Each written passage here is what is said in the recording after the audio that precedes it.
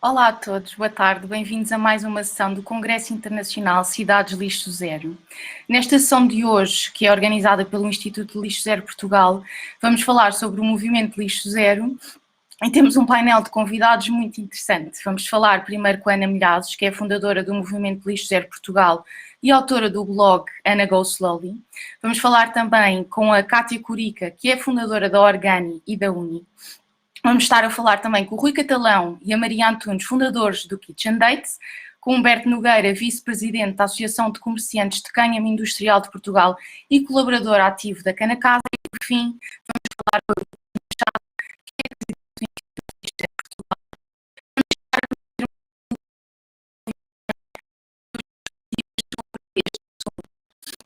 O meu nome é Rita Tapadinhas e eu vou estar a moderar esta conversa. Eu sou fundadora do Planning, que me dedico principalmente através do Instagram, mas também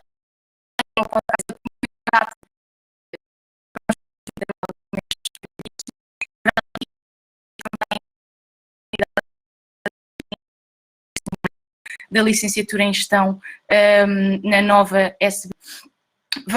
Vamos começar então com a Ana Milhazes, que é autora do blog Ana Go Slowly e que foi um dos primeiros a aparecer em Portugal a representar o lixo zero, tendo fundado o movimento Lixo Zero Portugal. Para além disso, é também socióloga, coach, ativista e instrutora de yoga. Através do blog da Ana Go Slowly, a Ana foca-se nos temas do minimalismo, do desperdício zero, slow living, organização, hábitos saudáveis, yoga e meditação, com o propósito de inspirar a mudança em direção a uma vida mais simples, sustentável, feliz e consciente. Ana, a pergunta que eu tinha aqui para fazer era perguntar-lhe que conselhos daria para quem vive onde o lixo zero ainda é pouco conhecido ou parece pouco acessível. Olá, boa noite. Antes de mais, obrigada. Boa noite, boa tarde. Antes de mais, obrigada pelo convite. É muito bom estar aqui a falar destes temas que me apaixonam tanto. E eu diria, o conselho, no fundo, é igual para todo lado, que é começa com o que tens, começa a fazer aquilo que tu podes fazer. Há cidades que, de facto, são espetaculares nesse ponto de vista, não é? Completamente lixo zero, e aí podemos fazer, é mais fácil, na verdade, mas em qualquer lado nós podemos fazer alguma coisa. Seja, por exemplo, às vezes não é possível nós comprarmos coisas a granel, mas podemos comprar sempre embalagens maiores, por exemplo. Em todo lado nós podemos dar sugestões que incentivem essa mudança, portanto, em qualquer sítio nós podemos usar a nossa voz e fazer uma coisa, mesmo que ela seja assim muito pequenina. E nós sermos também cidadãos ativos e tentarmos fazer parte dessa mudança, incentivarmos as empresas e as organizações com as quais nós temos contacto. Então, vamos agora ouvir a Cátia Curica, que é a fundadora da Organi, e que foi a primeira empresa portuguesa especializada em cosmética biológica, que já conta com 5 lojas em Lisboa e no Porto, e é fundadora também da Uni, que é uma linha de produtos de cosmética biológica. A Cátia é farmacêutica de formação e médica tradicional chinesa de profissão. Da prática da cura pela medicina chinesa e pela macrobiótica até à abertura das 5 lojas, de 2 spas e da fábrica de cosméticos da Uni, a Cátia divide o seu tempo entre partilhar o seu conhecimento na área bio, eco-lifestyle e impulsionar parceiros com os mesmos ideais de vida sustentável, tendo também 2 filhos que educa conforme os seus ideais de maternidade natural. A pergunta que nós temos para a Cátia é a seguinte: com a Organi e com a Uni foram abertas muitas portas, quais terão sido as principais vias que estão agora abertas para quem quer ter uma empresa inspirada na Organi e qual é que é a importância de existir uma certificação lixo zero em Portugal neste momento?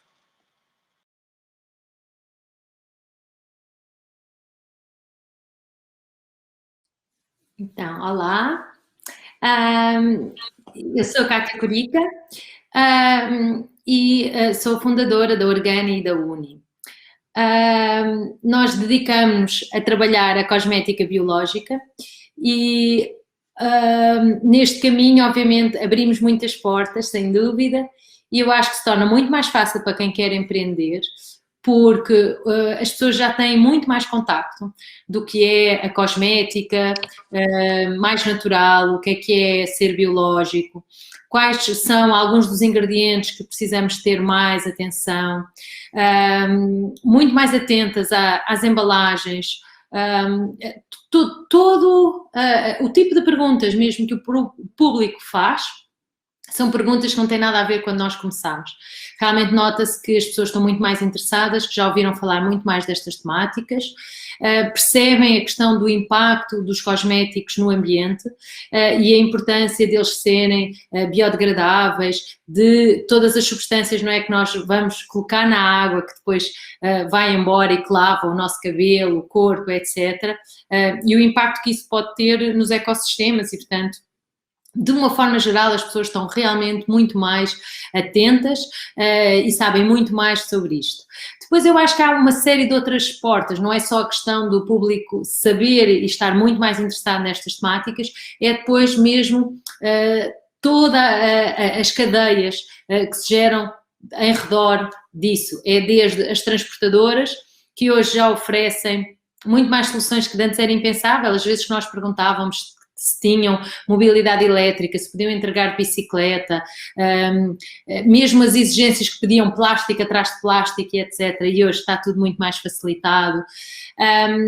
Há muitas pequenas coisas, não é? Em todas, mesmo os próprios clientes e não pedirem faturas em papel e quererem digital, muitos dos clientes vêm e já não querem sacos, querem levar as coisas na sua própria mochila, mala, etc.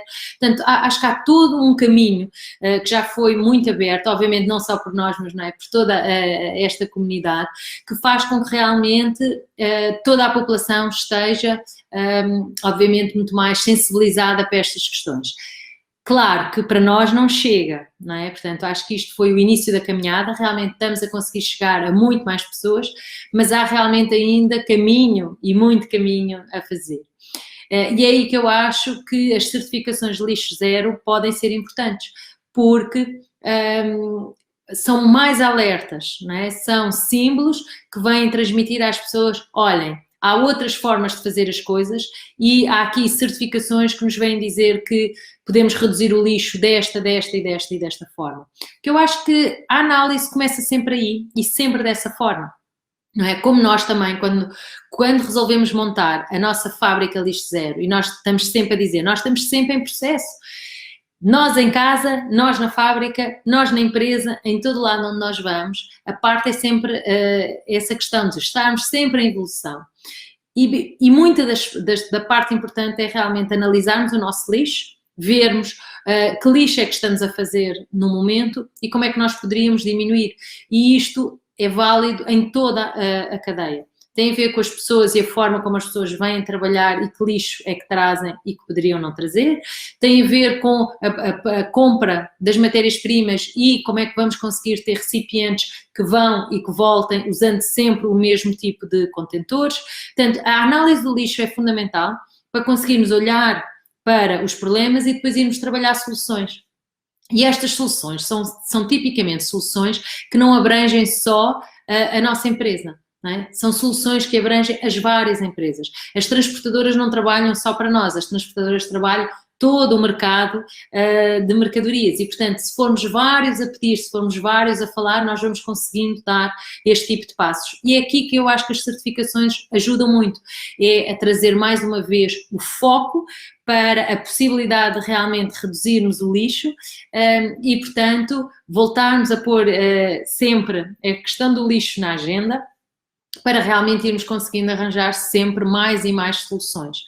Claro que nós também sabemos que a legislação tem que ajudar, não é? E, portanto, óbvio que à medida que o digital vai podendo substituir o papel, em que há muitas soluções digitais que vão poder ajudar, mas obviamente isto tem que ser a par e par e, portanto, não só a legislação tem que mudar e poderemos fazer força nesse sentido, como eu acho que nós, empresas e nós como consumidores, podemos realmente fazer muito a nossa parte. E eu acho que é nisto, acho que a certificação lixo zero vinha ajudar muito, porque realmente vem mostrar, mais uma vez, não é? Dar foco a nós conseguimos sempre estar a resolver estas questões de lixo e é preciso debater estas soluções, porque reparem, se eu tiver questões com transportadoras ou com fornecedores ou com embalagens ou o que fazer com um determinado tipo de lixo, se calhar eu não sou a única e, portanto, se nós debatermos e se alguém já chegou a esta solução ou que tipo de caminho é que já fez, toda essa interação beneficia. E eu acho que as certificações devem servir para isso, para juntar pessoas que estão interessadas num determinado foco, pôr as pessoas a trabalhar para resolver esses problemas e essas soluções, haver essa partilha, gerar essa partilha e, claro, também chamar a atenção do público de que, olha, isto existe e nós podemos fazer isto juntos.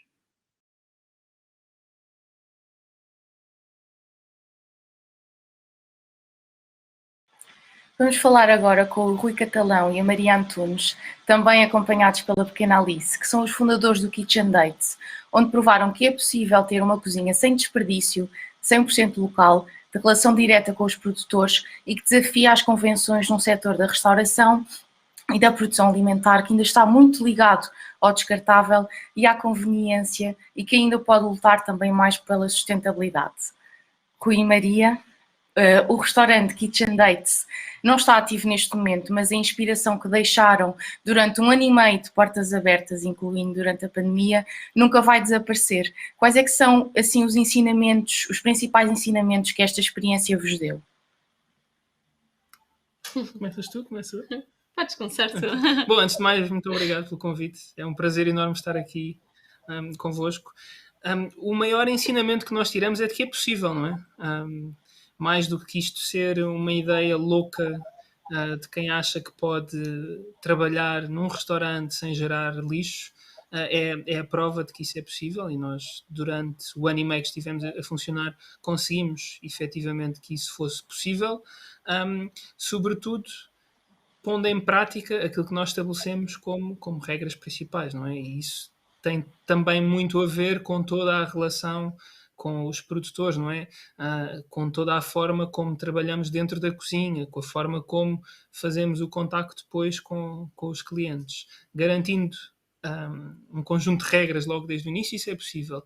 O segundo ensinamento que eu acho que ficou muito evidente para nós é que ainda há muito trabalho para fazer e aquilo que nós fizemos foi uma pequena ponta de um iceberg muito grande que ainda há para destapar em Portugal e fora de Portugal também, na verdade. Ou seja, deu-nos também muitas luzes daquilo que é possível e que é preciso ainda fazer. E também que há uma necessidade muito grande para solidificar os sistemas, os circuitos em Portugal, para que seja também mais fácil para cada pessoa, na sua vida, em sua casa, fazer, no fundo, viver um pouco mais de acordo com aquilo que nós fizemos no restaurante, ou seja, ser mais fácil conseguir comprar produtos locais, sazonais, biológicos, sem embalagens, conseguir comprá-los com maior facilidade e que esses produtos existam, porque há muitos produtos que nem sequer nós conseguimos encontrar que cumprissem essas condições e que estão até associados à história alimentar em Portugal, mas que nós não conseguimos encontrar. Por isso é um ensinamento também que ainda preciso fazer muita força para que estes sistemas alimentares se tornem mais sólidos e que ajudem a que cada pessoa no seu dia-a-dia consiga viver mais de acordo com aquilo que nós temos vindo a defender sempre. Sim. Sim? Falei bem? E pegando aqui nesta perspectiva de futuro e daquilo que ainda tem de mudar, se pudessem ou se fossem dar algum conselho a decisores políticos que querem encaminhar Portugal para um futuro mais sustentável, que tipo de formas ou de mecanismos é que poderiam existir para apoiar projetos como o Kitchen Date? Uma pergunta mais complexa. Sim. Sim, há vários tipos de apoios que podem ser dados. Desde já, apoios administrativos, ou seja, nem tudo passa por apoios financeiros. E isso é bastante relevante e é bastante importante de alertar. É que ainda há muito trabalho para fazer, não só legislativo. Nós tivemos uma série de barreiras legislativas logo de início, em que não é que as coisas fossem proibidas, simplesmente existia ali um vazio legal que nos deixava desconfortáveis em tomar determinadas atitudes e ações no restaurante. E, portanto, esses vazios legais têm de deixar de existir e, por isso, compete a quem está à frente dos vários países, porque com certeza não acontece só em Portugal, isto é uma evolução e, portanto, temos todos de evoluir nesse sentido e, portanto, combatendo essa parte e depois a parte administrativa em que existem burocracias que já não fazem sentido, que estão desatualizadas e que precisam dessa atualização o quanto antes para que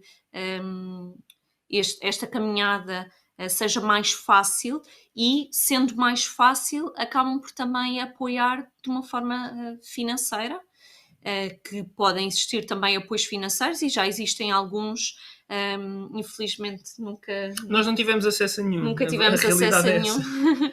Mas existem alguns e cada vez mais, e até da União Europeia, mas acima de tudo que percebam que o apoio não tem de vir só em dinheiro, que há muito mais a fazer, muito mais que para ajudar e é sem dúvida de uma importância muito grande estas relações que podem ser criadas até de parcerias e de trabalhos conjuntos e de apoios logísticos a projetos como o nosso. Sim, mas para acrescentar, ainda dando um bocadinho mais da minha visão, pelo menos, não sei se a Maria concordará a 100%, mas eu acho que em matéria fiscal há muito que se pode fazer para ajudar a encaminhar as coisas numa direção mais sustentável.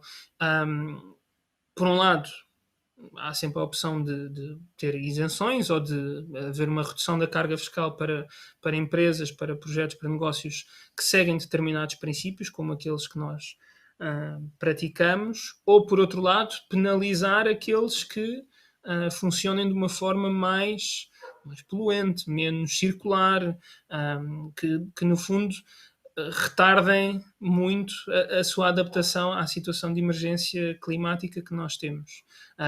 Para dar um pequeno exemplo, nós pagámos este tempo todo a taxa de recolha e tratamento de resíduos, quando nós, na verdade, não tínhamos resíduos nenhuns para a Câmara Municipal de Lisboa recolher e tratar.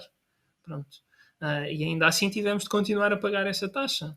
Mas é algo que está a mudar e que começa a aparecer uma Câmara aqui e outra acolá mais preocupada com isso e aos poucos são situações que vão mudando e que estamos todos a caminhar no mesmo sentido, essa é a realidade e portanto, por um lado sim e por outro lado apostar também na educação, não é? Sim. Na formação e essa parte falha ainda bastante, que é uma formação ou uma educação mais formal, digamos assim, que fica sempre muito pela rama, utilizando assim uma expressão muito ligada aos alimentos, não é?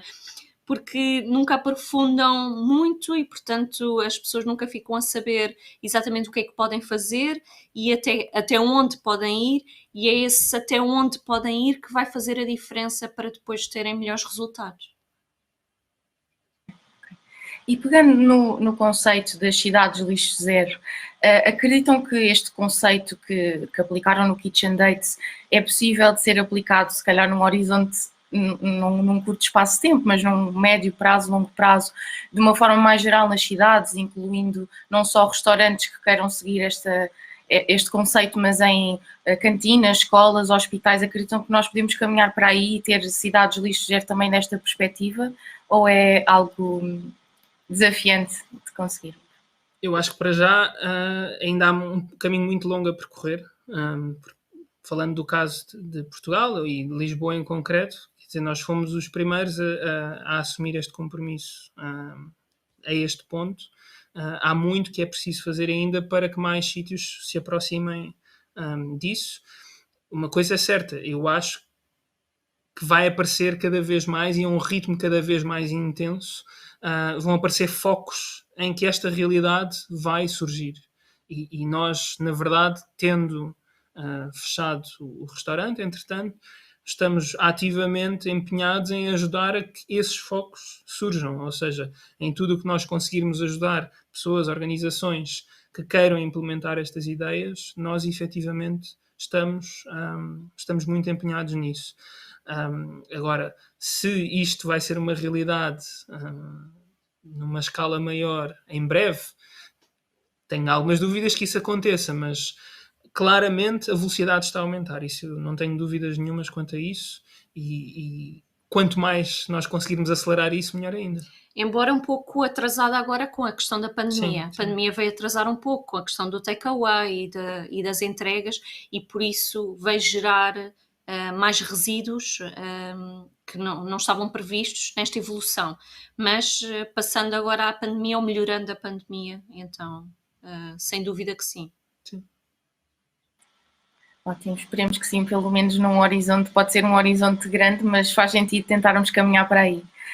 E só para terminarmos, tem alguma mensagem que gostavam de passar a quem tem o objetivo de começar um projeto inspirado no Kitchen Date, com o mesmo tipo de conceito base por trás? Há vários conselhos que podemos dar. Em primeiro lugar, é que é difícil, vai ser doloroso muitas vezes, porque vão encontrar muitos muros, muitos muros, e essa parte acaba por ser difícil. No entanto, também traz tanta coisa boa, desde conhecer pessoas maravilhosas até descobrir produtos e locais fantásticos, com esta busca incessante pelo melhor e este desafio constante, e estarmos sempre a ser desafiados é algo que nos motiva diariamente. E por outro lado, para quem queira um projeto mais pequeno, quem ambiciona algo mais pequeno, ou quem ambiciona só estas práticas em casa, é o questionar sempre e desafiar-nos sempre. E isso vai trazer com certeza coisas muito boas também. Sim, e no caso de negócios, algo que para nós foi fundamental e que nós aconselhamos vivamente é, se o objetivo é mesmo essa ideia mágica do lixo zero, é definir regras muito claras, que nos vão orientar sempre em caso de dúvida.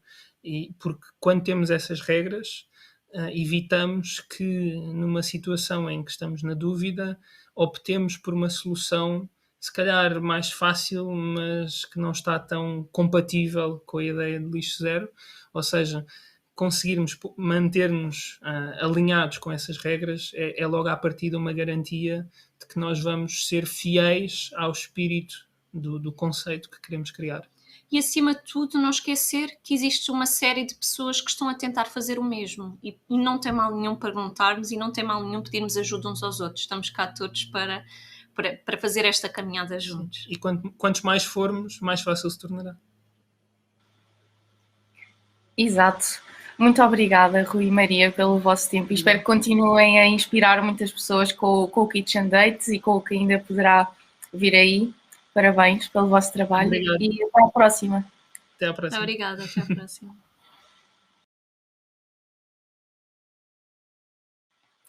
Vamos agora então falar com Humberto Nogueira, que faz parte da Associação de Comerciantes de Cânhamo Industrial de Portugal.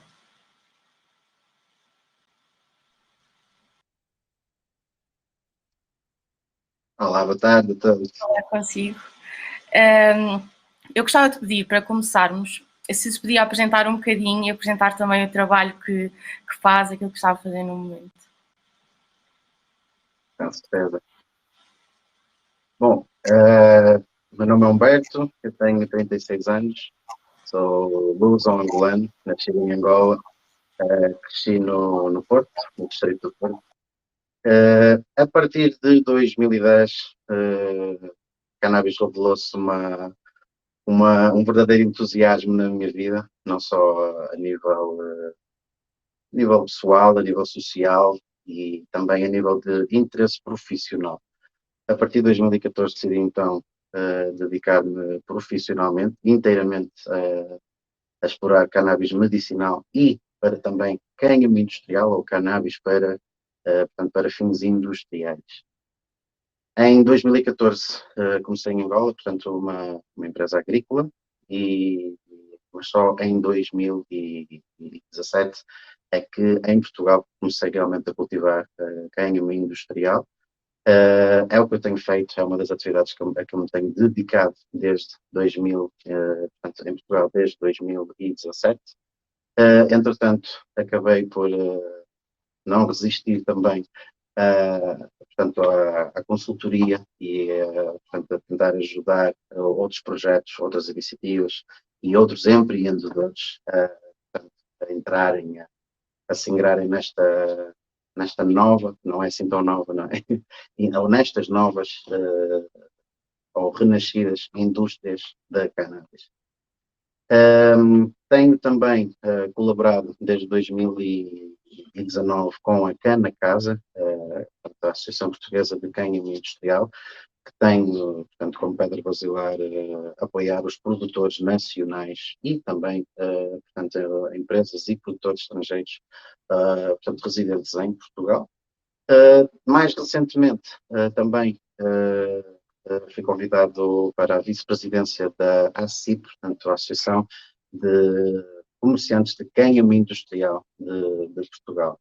O setor está no nosso país a lutar, portanto, por algum reconhecimento, por alguma legitimidade, portanto, por parte do nosso próprio Estado e, portanto, estando eu tão envolvido com esta planta em Portugal e também gosto de dizer de coração, estou também ligado à lusofonia no que toca a esta planta.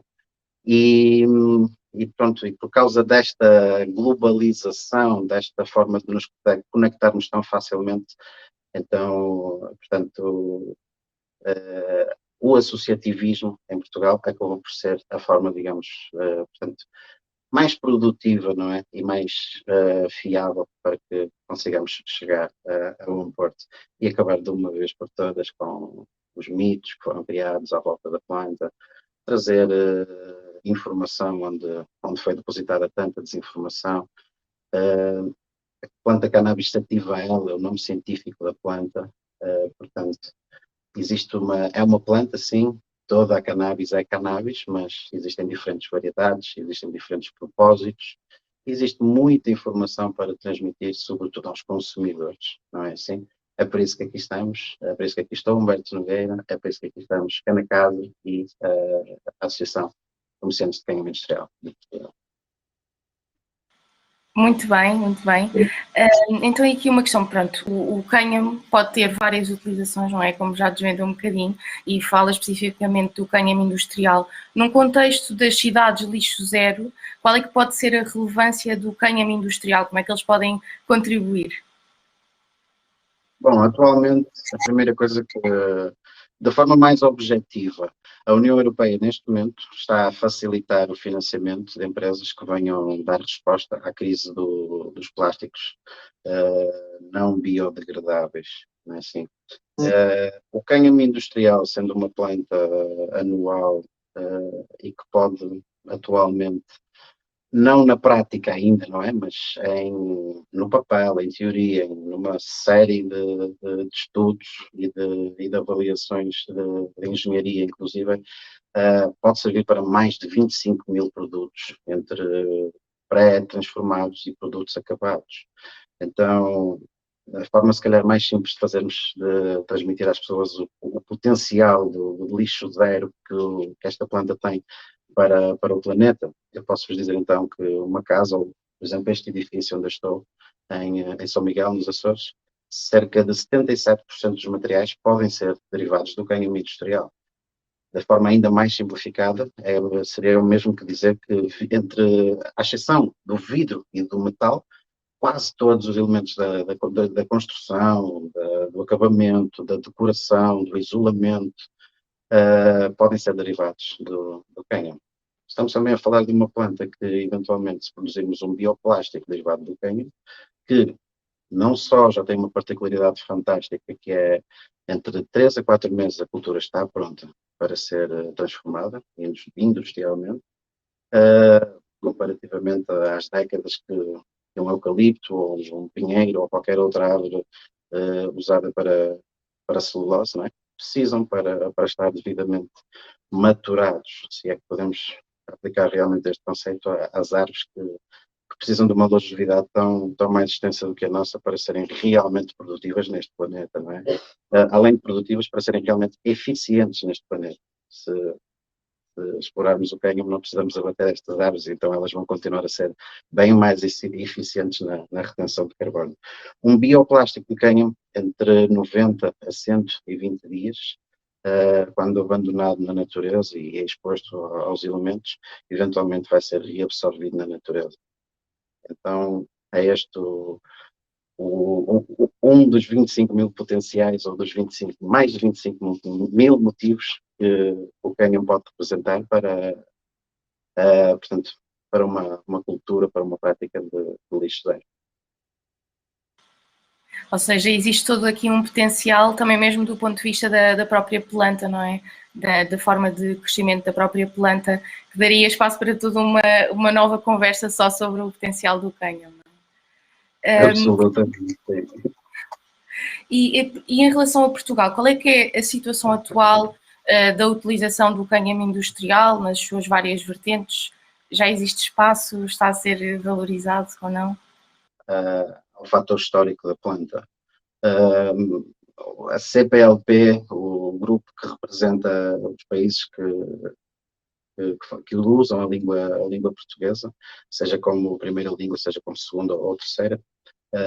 Portanto, esta influência da língua, como é que a língua portuguesa chega a tantos pontos do globo, através das navegações, da grande época das navegações, portanto, com os seus prós e contras, portanto, que foram, portanto, o período das navegações, portanto, e dos descobrimentos portanto, e o período colonial português. Bom, a língua portuguesa chega por via da navegação e por via de materiais de construção naval que tinham as condições ideais para enfrentar as condições, portanto, no oceano. As velas dos barcos, das caravelas, das naus, eram feitas de fibra de cânhamo. Uma série de materiais de reparação do navio, as cordas também, eventualmente, eram derivadas da planta. Ainda não consegui ter acesso a registros, mas eventualmente as sementes de cânhamo poderiam representar uma fonte de alimento quando houvesse escassez de outras fontes de alimentos também. O Brasil também, quando da colonização portuguesa, foi a feitoria, portanto, a real feitoria do cânhamo, portanto, para facilitar a construção naval e o desenvolvimento, portanto, industrial no Brasil. Esta feitoria foi edificada para obrigar ao cultivo portanto, do cânhamo industrial e favorecer todo o desenvolvimento no Brasil, na altura.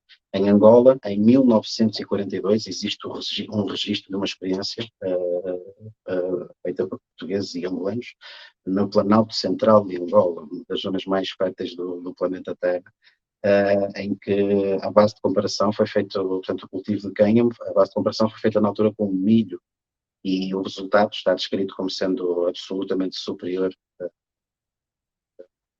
à produção que foi obtida com o cânhamo industrial.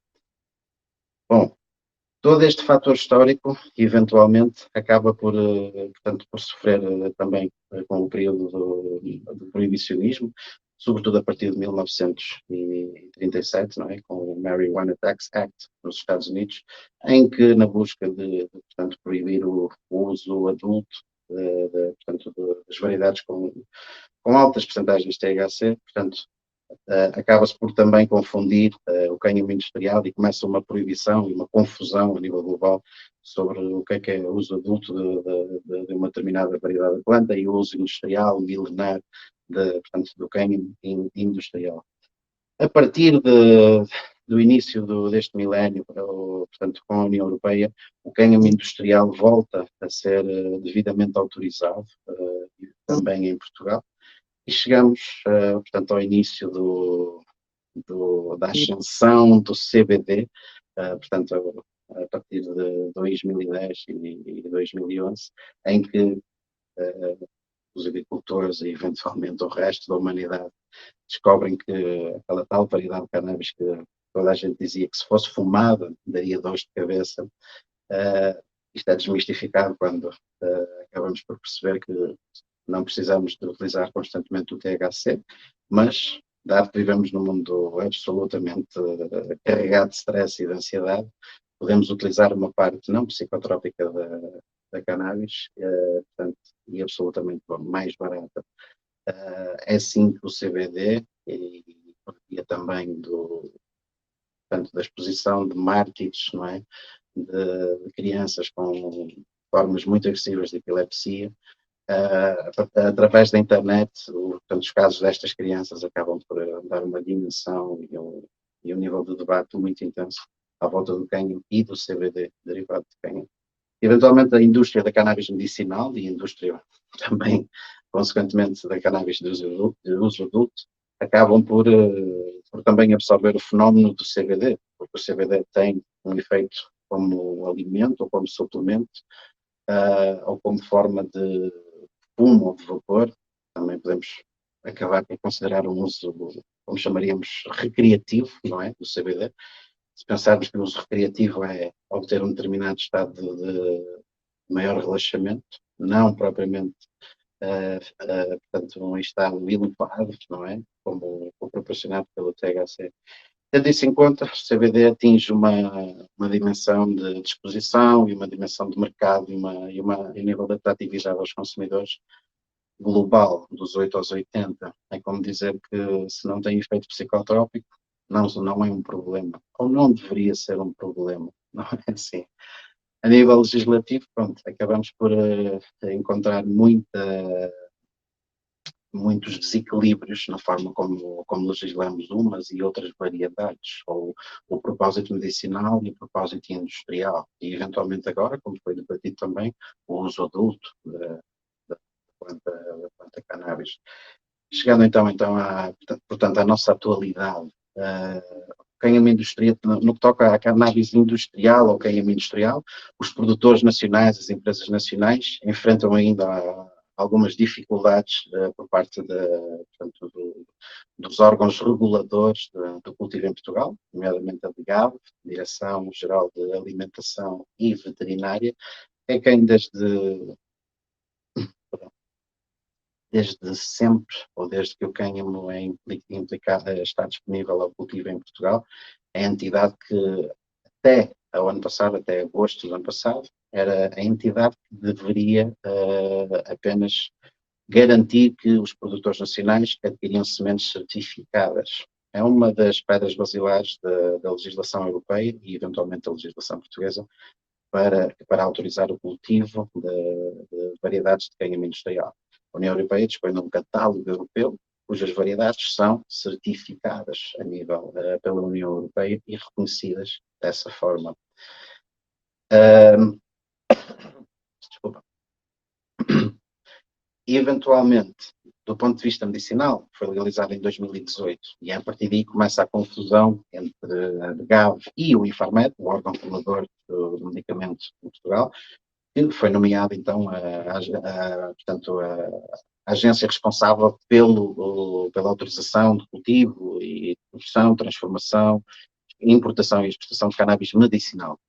Esta confusão inicialmente fez crer que em Portugal, a partir daquele momento, toda a cannabis era a mesma coisa, o que não se verificava. Já existia legislação, portanto, do cânhamo industrial, que foi atualizada só o ano passado, eventualmente, mas esta já existia e nunca, jamais, a cannabis medicinal deveria interferir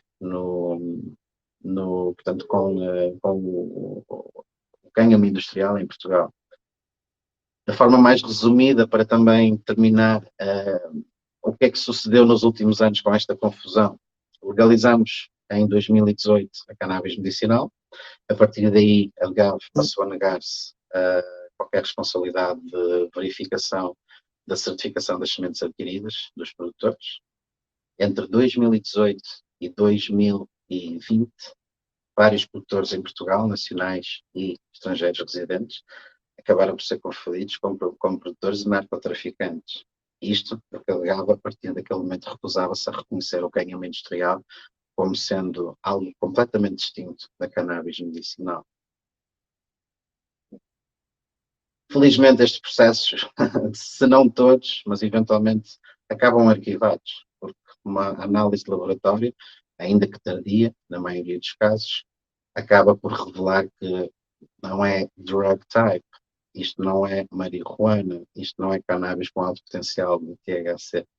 E aí todas as justificações e toda a documentação que estes produtores tinham apresentado desde o início passa a fazer sentido. E eventualmente então estes processos acabam arquivados. No entanto, a confusão continua. A partir de agosto do ano passado, alegava então através da nova lei 2/2020, passa a ser a entidade responsável pelo cultivo de cânhamo industrial.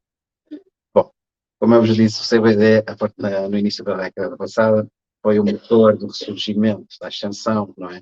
Ou deste renascimento da cultura do cânhamo. Eu posso dizer que mais de 90% dos cultivos de cânhamo industrial neste momento no planeta Terra, mais de 90%, é para explorar ou a flor do cânhamo, com potencial de CBD e baixíssimo teor de THC. Porquê? Porque toda a gente anda estressada, ansiosa, e em vez, então, de usarem o tradicional tabaco, estão a convergir para, na forma de fumo, ou na forma mais atualizada, não é? De vapor, estão a converger para o consumo desta flor. Mais uma vez, são os consumidores que estão a dirigir os destinos da agricultura em primeira instância, eventualmente depois da indústria transformadora e finalmente dos setores dos serviços e da distribuição das várias formas. Mas mais de 90% dos cultivos, inclusive em Portugal, é para explorar ou a flor de CBD ou a biomassa de todas as partes acima de onde começam as flores.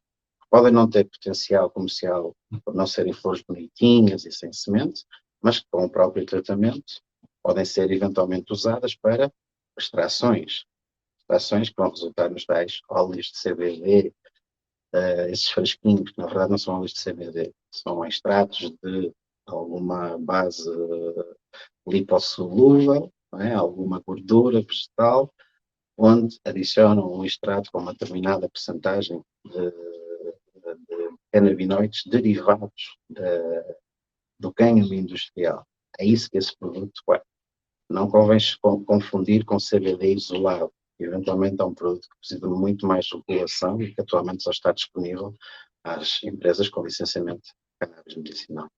Bom, eu acho que já me devo ter alongado imenso, mas o cenário realmente é um pouco complexo, mas requer muito, muito, muito debate informativo para que consigamos, pelo menos em Portugal, conseguir trabalhar ao nível europeu, pelo menos. Há uma proposta neste momento que já foi aprovada de aumentar o nível, o limite de THC no cânhamo industrial certificado, dentro dos Estados-membros, de 0,2% de THC para 0,3%. Há várias outras regiões do globo, inclusive aqui na Europa, na Suíça, em que já se mudou para 1% de THC. Para quê? Para proteger os agricultores, os produtores e a agricultura, em primeira instância.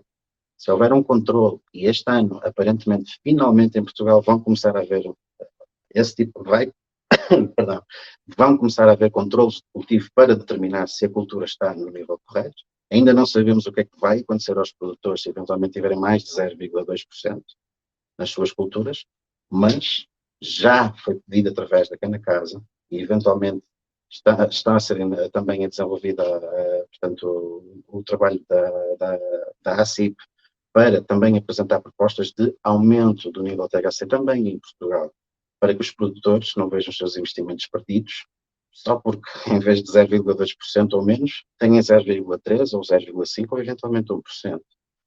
A limitação do 0,2% que existe por via da lei europeia nunca é uma medida agrocientífica e nunca, jamais foi pensada para determinar se o cânhamo com um pouco mais de 0,2% passa a ser droga.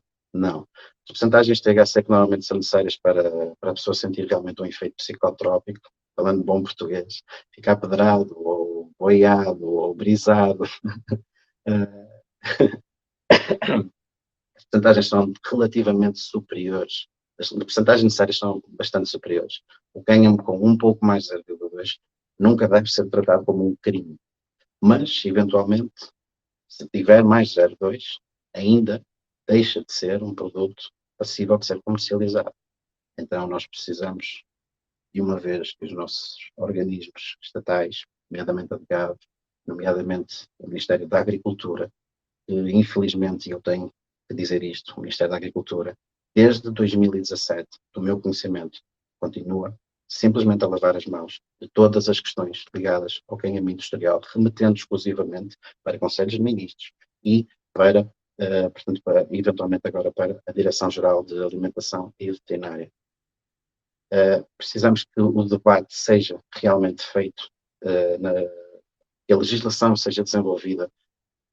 Vamos sentar à mesa com os legisladores, com estas entidades, para que de uma vez por todas possamos trabalhar ao nível europeu, portanto, com as mesmas condições que os nossos vizinhos espanhóis e com os restantes Estados-membros.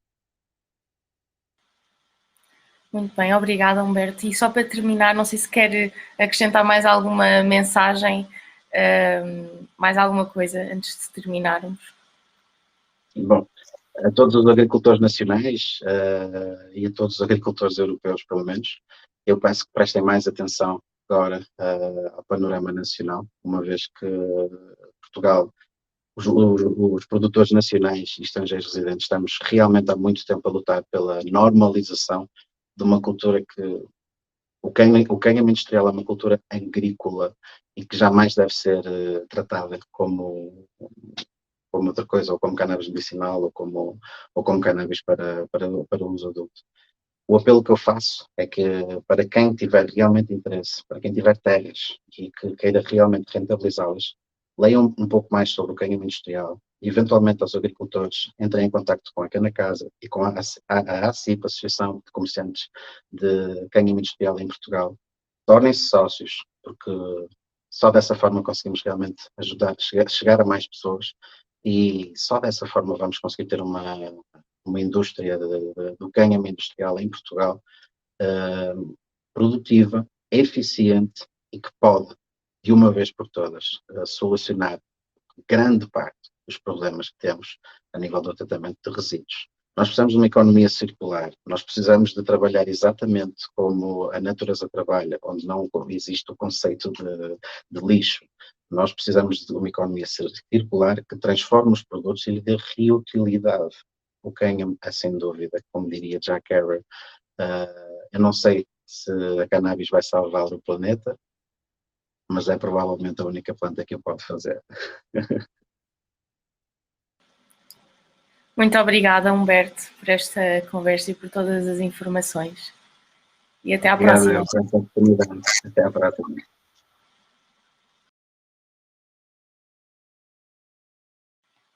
Vamos passar então agora a palavra à Beatriz Machado, que é a Presidente do Instituto Lixo Zero Portugal e que atua como gestora de projetos no Zero Waste Youth Portugal.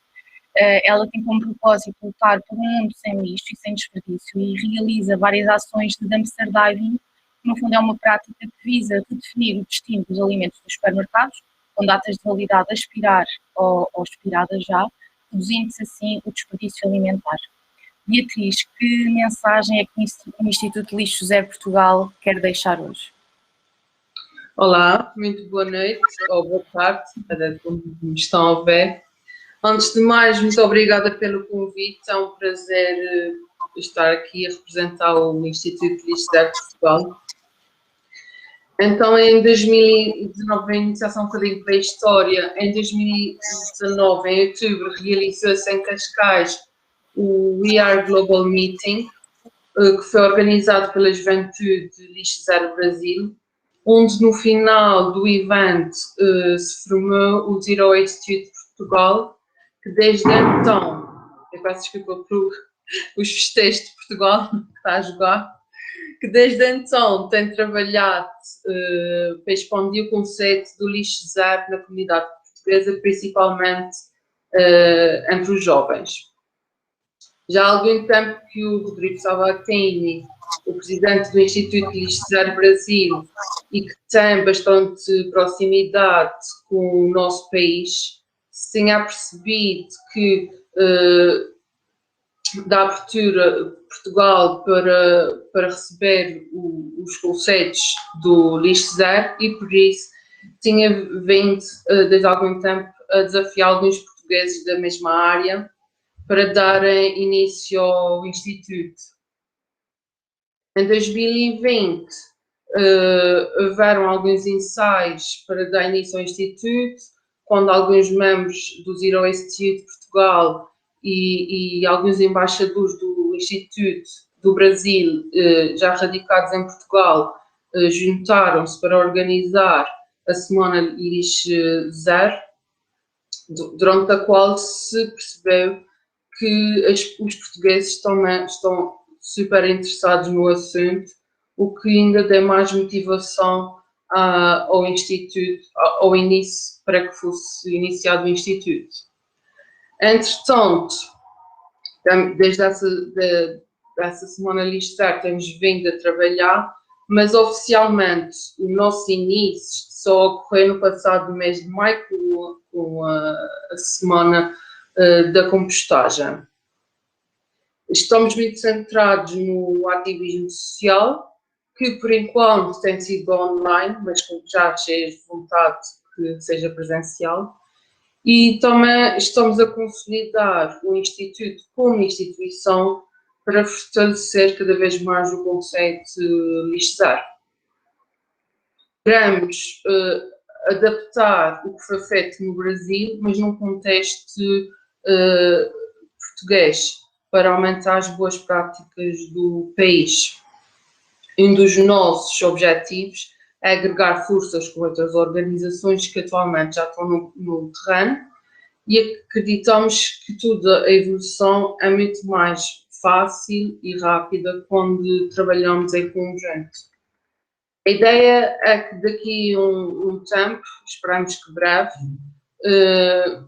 tenhamos formações para o público em geral, para que cada vez mais as pessoas possam implementar as boas práticas na sua vida pessoal e profissional, capacitando cada vez mais embaixadores portugueses para a implementação do conceito nas várias regiões do país, porque é muito importante que o conceito Lixo Zero chegue até às vilas mais pequenas e não fique apenas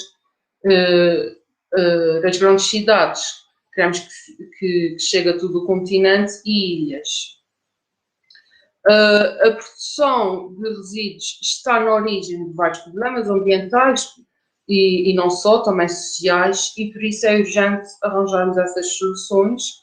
Portugal tem que trabalhar em conjunto para resolver o problema e até conseguir alcançar as metas que já foram estipuladas pela União Europeia para todos os seus Estados-membros, como por exemplo, Portugal atualmente 40% dos resíduos produzidos são orgânicos e a maior parte desses resíduos vão para o aterro, não acabando por não serem valorizados. A partir de 2023, esta prática será proibida. Todo o resíduo orgânico terá que ser compostado. Depois temos uma outra meta, que é a partir de 2025 temos que reciclar pelo menos 55% dos resíduos, o que ainda está longe dos nossos valores atuais. E, finalmente, em 2035, no máximo, poderão ser enviados para o aterro 10% dos nossos resíduos urbanos, o que por si só é um dos nossos objetivos enquanto Instituto. Para terminar, só que gostaria de convidar todos os portugueses e quem cá vive a juntarem-se a nós. Acreditamos que todos juntos somos mais fortes e sigam as nossas redes sociais, que lá vamos atualizando de todas as nossas ações. E é isso, bom congresso. Obrigada, Beatriz, aqui por esta perspectiva e parabéns também pelo vosso trabalho. E agora, para terminar, e que agora já temos este panorama sobre várias áreas em Portugal, voltamos com a Ana Milhazes para nos dar aqui uma perspectiva também final sobre o movimento Lixo Zero em Portugal.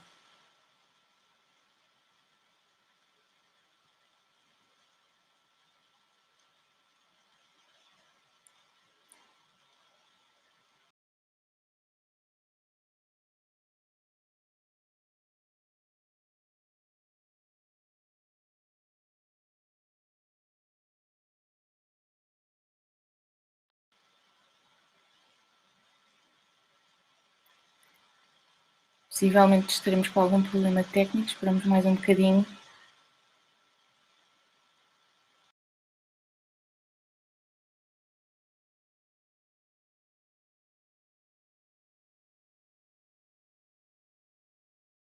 Temos aqui com um problema, vamos então, vamos terminar esta sessão.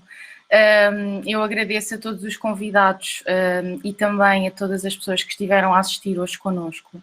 Acho que foi uma conversa inspiradora e interessante, com vários convidados que estão também a marcar a diferença neste movimento do lixo zero em Portugal. Para terminar, eu reforço aqui o apelo da Beatriz sobre a possibilidade de se juntarem ao Instituto de Lixo Zero em Portugal. Podem ver toda a informação e inscreverem-se também através do website e ver nas redes sociais. E aproveito também para convidar todos os participantes, todas as pessoas que estiveram a assistir hoje, para participarem no webinar O Futuro do Granel, que vai acontecer no próximo dia 17 de julho, ao longo de todo o dia.